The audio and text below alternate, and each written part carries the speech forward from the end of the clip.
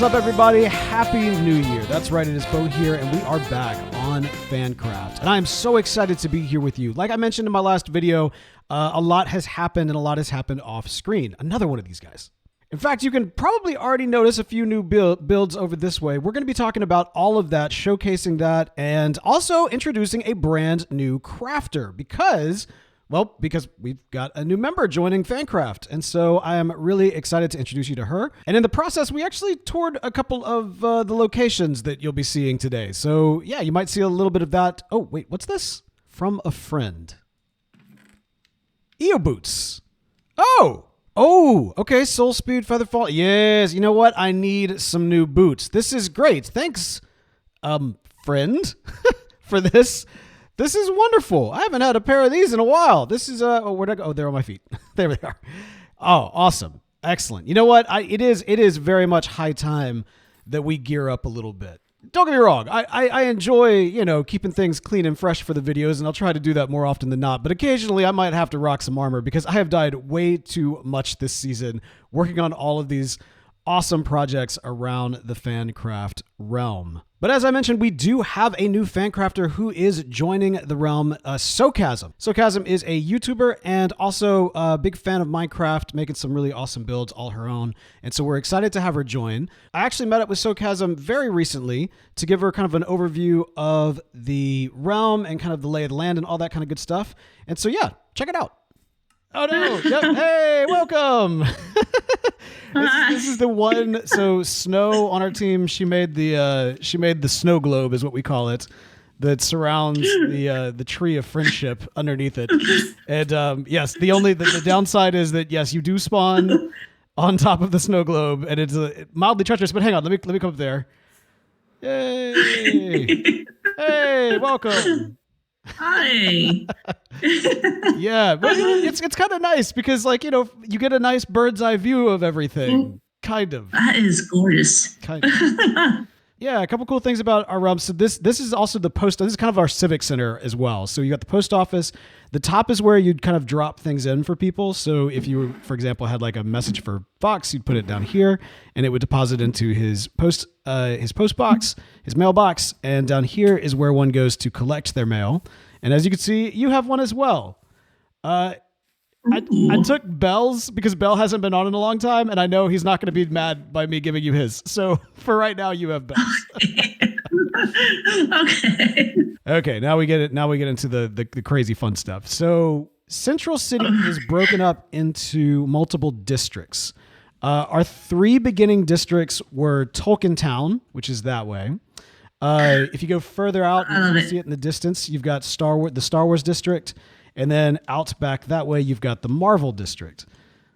These three districts are all kind of the commerce places where most all the builds, not all of the builds, but most all of the builds are essentially shops.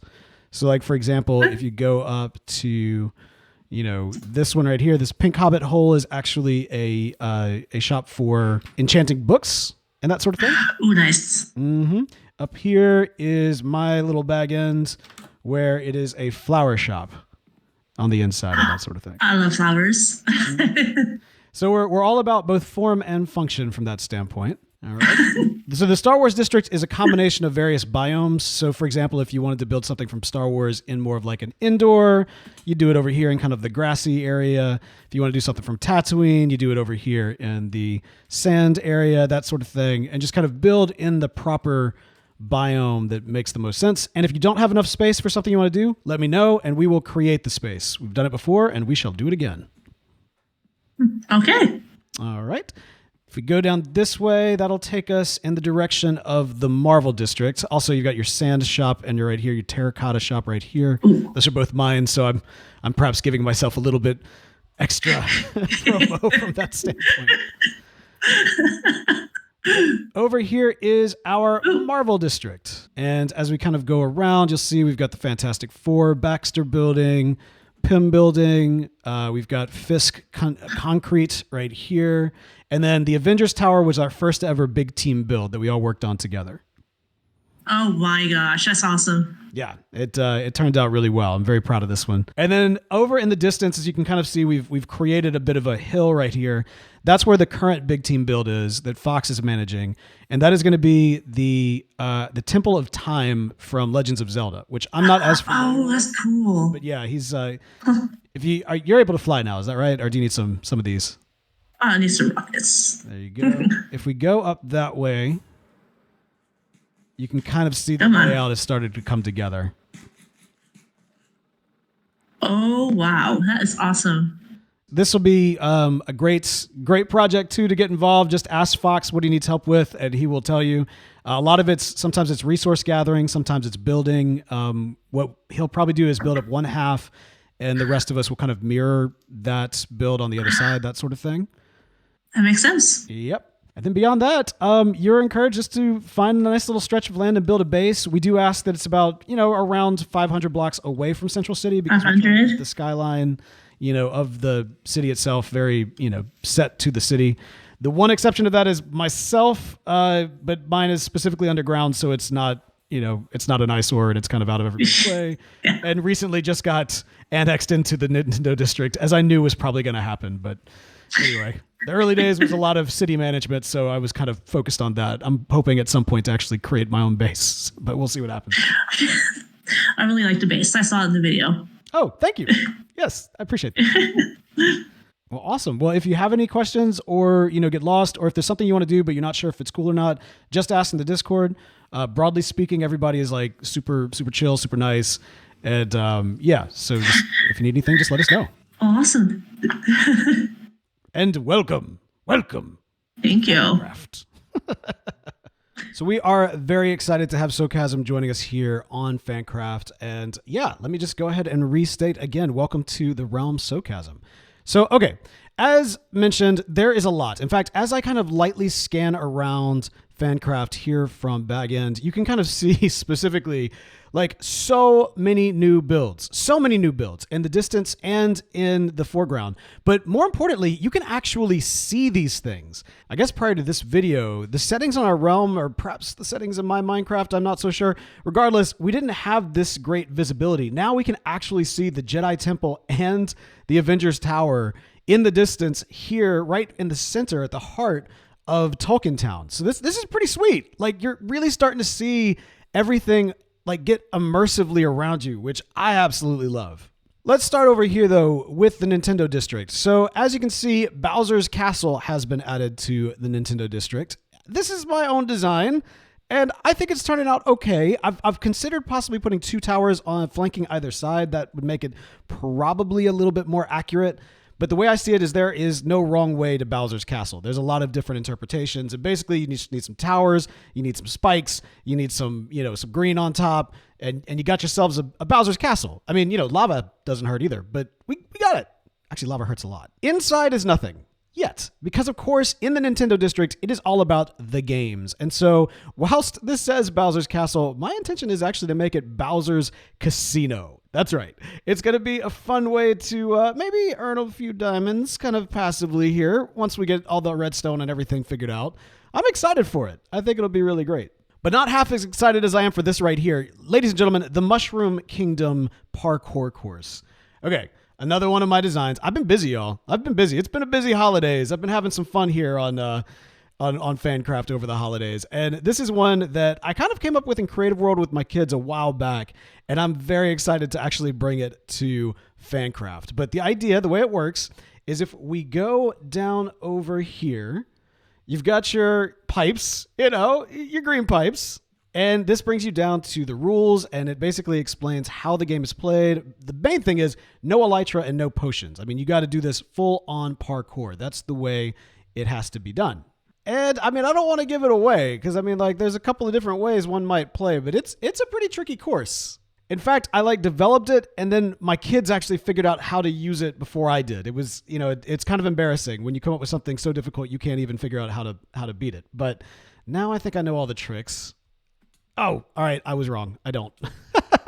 But I will cheat for just a minute so that I can showcase this portion because I'm really proud of this. So if you're clever enough to make it all the way to the orange mushroom, there is a jump pad to help you get to the blue one. But even that, I mean, it's pretty sneaky. It's pretty tricky. You got to kind of figure it out. So I hope that the crafters have a good time with this. And yeah, we're going to basically everybody who makes it all the way to the top, there is a place for them to enter in their name, and they will be entered into a drawing for a prize. So I'm eager and hopeful that all the fan crafters will get the opportunity to play the parkour course. But as we head into the Marble District, you can already see off to the side, the Pirate District kind of borders right here, and this entire structure is new, as well as the completed Black Pearl, and of course you can see my little ship off in the distance as well.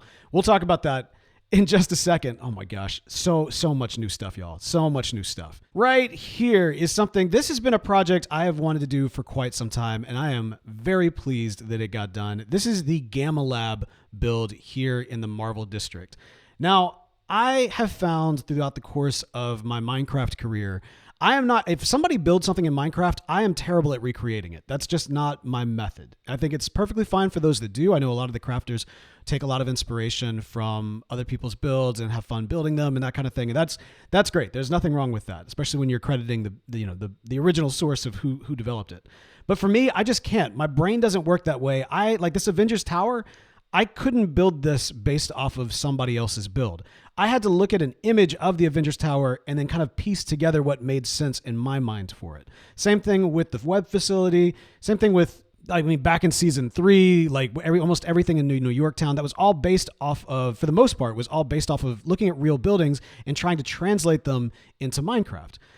And so I've had this idea for a while of a Gamma Lab to kind of represent the Hulk here in the Marvel District, right? I mean, we've got the Sanctum Sanctorum for Stephen Strange. We've got Web Facility for Spider-Man. We've got Baskin Robbins for Ant-Man. It makes sense. And we got the Fisk Concrete building. We've got the Pym building. We've got the Fantastic Four, of course, the Avengers.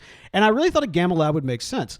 So what I did was I looked online and I found a literal Gamma Lab. Okay, so it's a medical facility that is called the Gamma Lab. It's not where they actually work on, gamma radiation. So that's...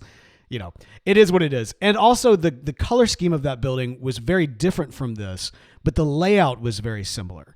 The color scheme would have made it look a little bit too gray and white, and I felt like we already had a lot of gray and white represented here in this section of the Marvel District. And so I really wanted to give this more of its own unique look and also a splash of color. So yes, let's go ahead and pop on over.